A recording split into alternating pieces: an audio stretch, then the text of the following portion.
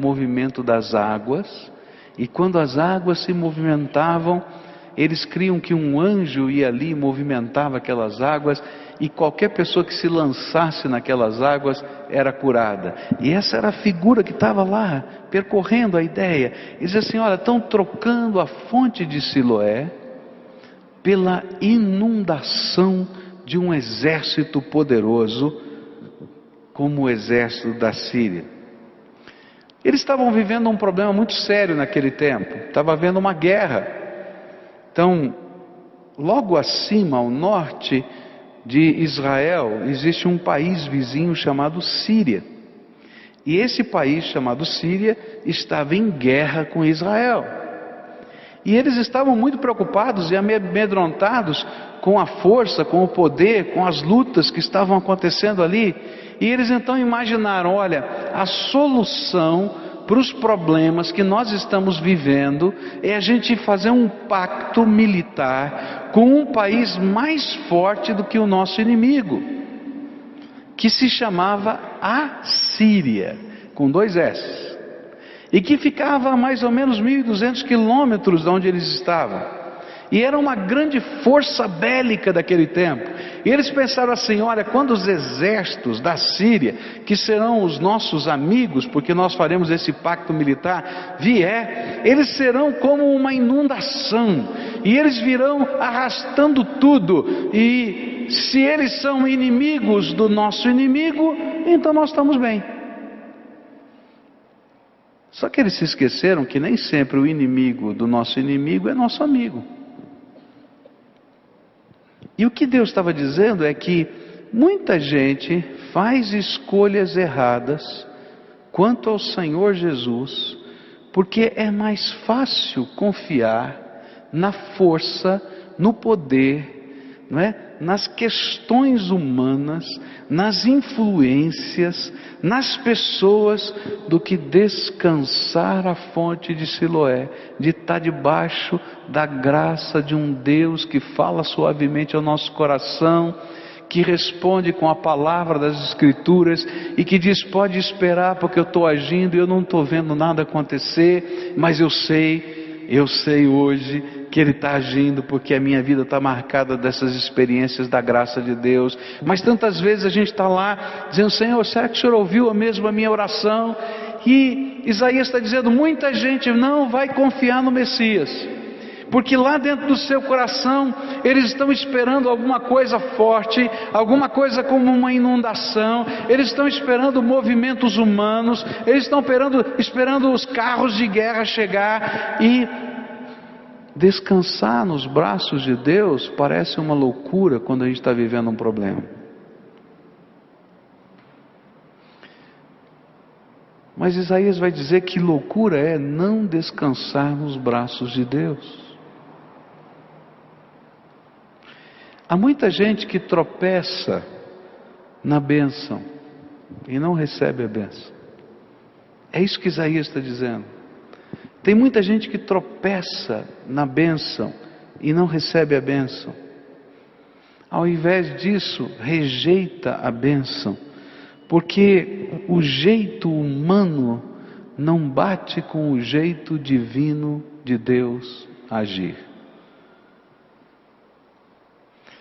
Alguns anos atrás eu fui a Singapura e vi alguma coisa parecida com esses telões lá. E eu fiquei encantado, foi a primeira vez que eu fui numa igreja que tinha esses telões, uma grande igreja. E eu falei, mas que recurso interessante para o culto, né? E eu fiquei apaixonado. E aí então eu pensei, eu vou levar um negócio desse para o Brasil. Telefonei aqui para o tesoureiro da igreja e falei, olha, eu vou levar um negócio desse. É maravilhoso. Ele disse, o que é isso, pastor? Ah, um negócio assim. Eu vou levar esse negócio para o Brasil. Ele falou, bom, pastor, o senhor que sabe, se quiser levar, leve, né? Porém, eu quero dizer que a grana está assim, está assada, aquela história toda, né? E eu fiquei muito bravo. Eu falei, não, isso aqui tem que fazer, essa oportunidade e tal. Por quê? Porque a natureza humana é assim. A gente é muito mais fácil de confiar, não é? Na enxurrada, nas coisas que são palpáveis, na força humana, nos projetos que a gente escreve, do que descansar no poder de Deus. E eu me lembro que eu fui orar, e Deus falou: não, fica quieto, senta aí e espera. Eu falei: Senhor, esperar, eu só estou aqui uma vez na vida, eu vou perder a bênção. Ele falou: não, espera. E como é difícil a gente esperar do lado da fonte de Siloé, calminha, não tem barulho de água, é só aquela aguinha gostosa, fresquinha para a gente beber, e a gente fica pensando: como é que essa água gostosa para a gente beber pode arrastar a multidão de lutas e problemas que a gente está enfrentando? Mas eu já aprendi na minha vida que vale a pena obedecer a Deus. E eu vim embora.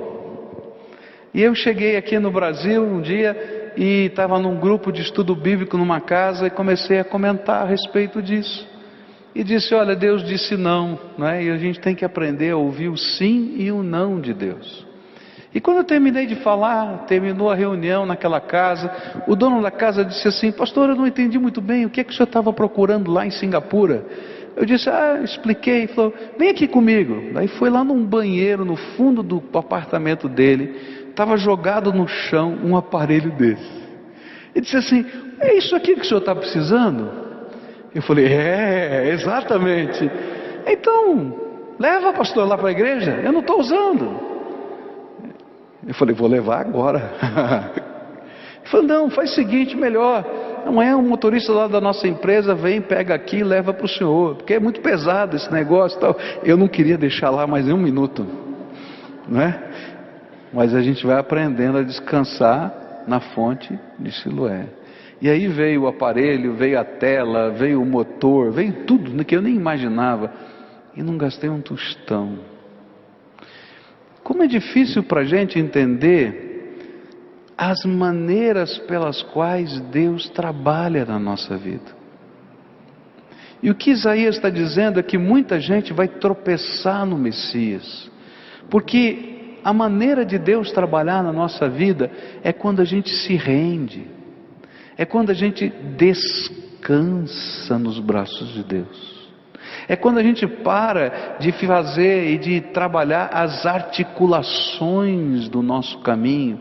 E a gente diz: Deus, eu agora vou aprender a confiar no teu jeito, no teu método, na tua maneira de agir.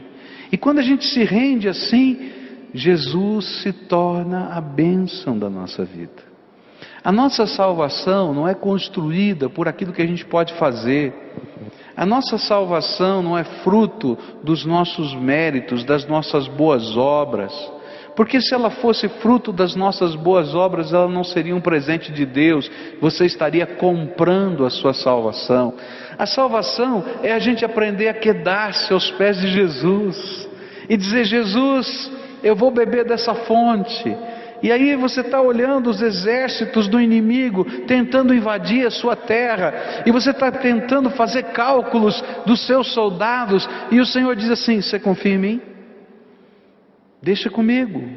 Ele diz: Senhor, eu confio, mas nenhum soldadinho o Senhor vai mandar para mim. Como é que funciona esse negócio? E Isaías está dizendo para a gente assim: olha, tem muita gente que faz escolhas erradas, porque não é capaz de confiar no Deus vivo e no jeito dele agir na nossa vida. E aí começam a fazer pactos, buscando força, buscando poder, buscando instrumentos de força. E aí então Isaías vai dizer o seguinte: olha, sabe o que vai acontecer? Eu vou dar um exemplo aqui para vocês. Deus é bom, Deus é muito bom.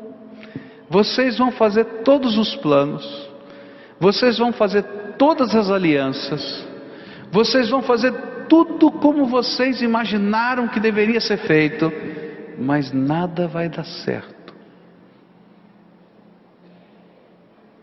E na última hora, quando nada der certo, só por causa da minha misericórdia, e para vocês saberem que o meu jeito é poderoso, eu vou reverter as circunstâncias, para que vocês conheçam quem é o Deus de verdade.